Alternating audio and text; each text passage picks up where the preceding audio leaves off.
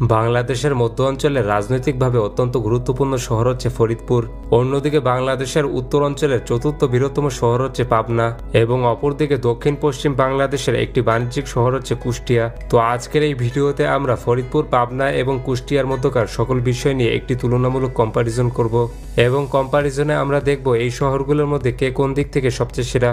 তো শুরুতে আমরা ফরিদপুর সম্পর্কে জানবো, এরপর পর্যায়ক্রমে পাবনা এবং শেষে কুষ্টিয়া সম্পর্কে জানবো। প্রথমে যদি আমরা ফরিদপুর নিয়ে কথা বলি, ফরিদপুর শহর প্রতিষ্ঠিত হয়েছিল আজ থেকে প্রায় 239 বছর আগে 1786 সালে। এটি হচ্ছে ঢাকা বিভাগের শীর্ষস্থানীয় শহরগুলোর মধ্যে একটি এবং ফরিদপুর জেলার হেডকোয়ার্টার। ফরিদপুর পৌরসভা প্রতিষ্ঠিত হয় 1869 সালে এবং যেটি মোট 9টি ওয়ার্ড দ্বারা গঠিত। ফরিদপুর শহর পদ্মা নদীর দক্ষিণ পশ্চিম দিকে কুমার নদীর তীরে অবস্থিত। ফরিদপুর শহরের মোট আয়তন হচ্ছে 66 বর্গ কিলোমিটার এবং আয়তনে এটি বাংলাদেশের শীর্ষ 20টি শহরের মধ্যে একটি। বর্তমানে ফরিদপুর শহরের মোট জনসংখ্যা প্রায় 5 লক্ষ এবং জনসংখ্যার বিচারে এটি বাংলাদেশের শীর্ষ 20টির জনবহুল শহরের মধ্যে একটি। ফরিদপুর শহরের মানুষের প্রধান ধর্ম হচ্ছে ইসলাম ধর্ম। বর্তমানে শহরটিতে প্রায় 91% মানুষ ইসলাম এবং 8.50% মানুষ হিন্দু ধর্মে বিশ্বাসী।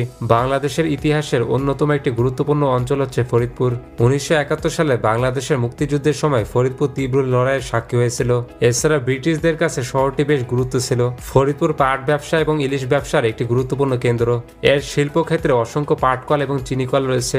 পরিবহনের দিক থেকে ফরিদপুর বাংলাদেশ রেলওয়ের একটি গুরুত্বপূর্ণ কেন্দ্র, যার রেলপথগুলি পশ্চিমবঙ্গে ভারতীয় রেলওয়ের সাথে সংযুক্ত এবং ফরিদপুর রেলওয়ে স্টেশন প্রতিষ্ঠা করা হয় 1899 সালে। এছাড়া ফরিদপুরের সাথে রাজধানী ঢাকা সহ বাংলাদেশের দক্ষিণ অঞ্চলের প্রত্যেকটি শহরের সাথে উন্নত সড়ক ব্যবস্থা রয়েছে।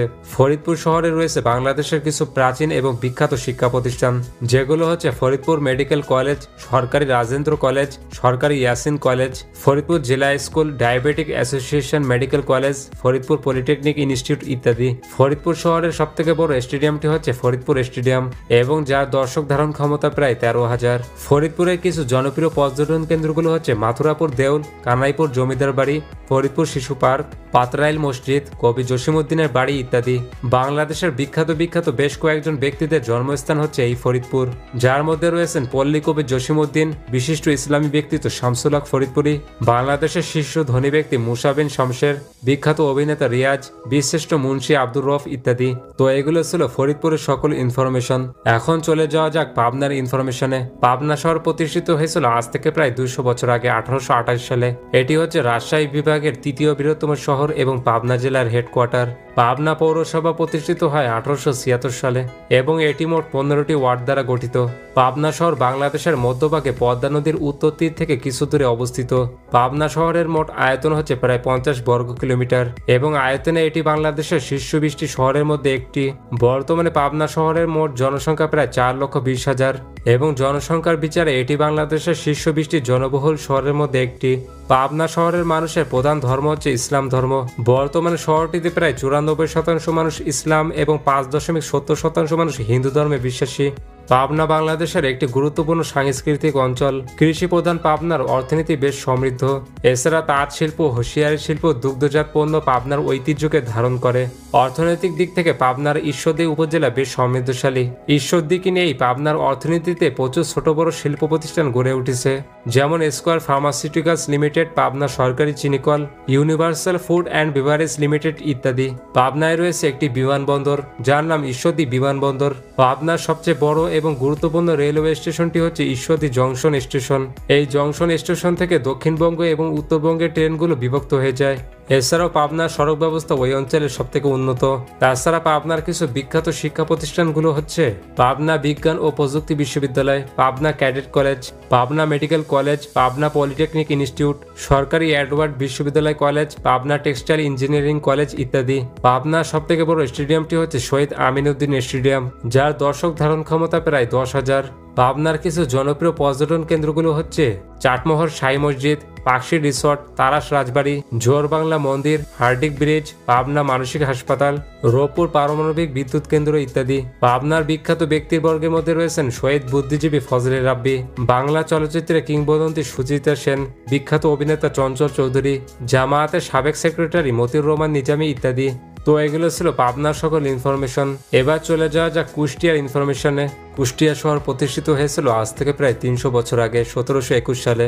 এটি হচ্ছে খুলনা বিভাগের তৃতীয় বৃহত্তম শহর এবং কুষ্টিয়া জেলার হেডকোয়ার্টার। কুষ্টিয়া পৌরসভা প্রতিষ্ঠিত হয় ১৮৬৯ সালে এবং যেটি মোট ২১টি ওয়ার্ড দ্বারা গঠিত।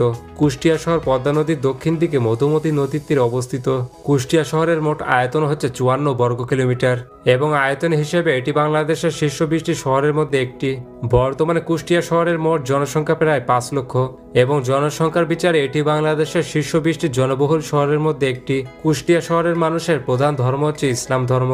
বর্তমানে শহরটিতে প্রায় ৯৬% মানুষ ইসলাম এবং ৪% মানুষ হিন্দু ধর্মে বিশ্বাসী। কুষ্টিয়া হচ্ছে বাংলাদেশের একটি পুরনো শহর। বাংলাদেশের অন্যান্য বিভিন্ন অঞ্চলের মতো কুষ্টিয়া কেবল কৃষিকাজের উপর নির্ভরশীল নয়, বরঞ্চ কৃষিকাজের পাশাপাশি কুষ্টিয়া প্রচুর শিল্প কারখানা গড়ে উঠেছে, যার মধ্যে রয়েছে British American tobacco, Nasir tobacco limited, the United Dhaka tobacco ইত্যাদি। বাংলাদেশের বৃহত্তম বৈদ্যুতিক তার তৈরির কারখানা বিআরবি কেবলস কুষ্টিয়া অবস্থিত। কুষ্টিয়া হচ্ছে দক্ষিণবঙ্গ এবং উত্তরবঙ্গের রেল ও সড়ক সংযোগস্থল। শহরটির গুরুত্বপূর্ণ রেলওয়ে স্টেশনটি হচ্ছে কুষ্টিয়া কোর্ট রেলওয়ে স্টেশন এবং কুষ্টিয়ার সড়ক ব্যবস্থা বেশ ভালো। কুষ্টিয়াতে রয়েছে বেশ কয়েকটি নামিদামি শিক্ষা প্রতিষ্ঠান, যেগুলো হচ্ছে Kushtia medical college, Selima medical college, Kushtia ইসলামী বিশ্ববিদ্যালয়, কুষ্টিয়া সরকারি college, Kushtia polytechnic institute, Kushtia জিলা স্কুল ইত্যাদি।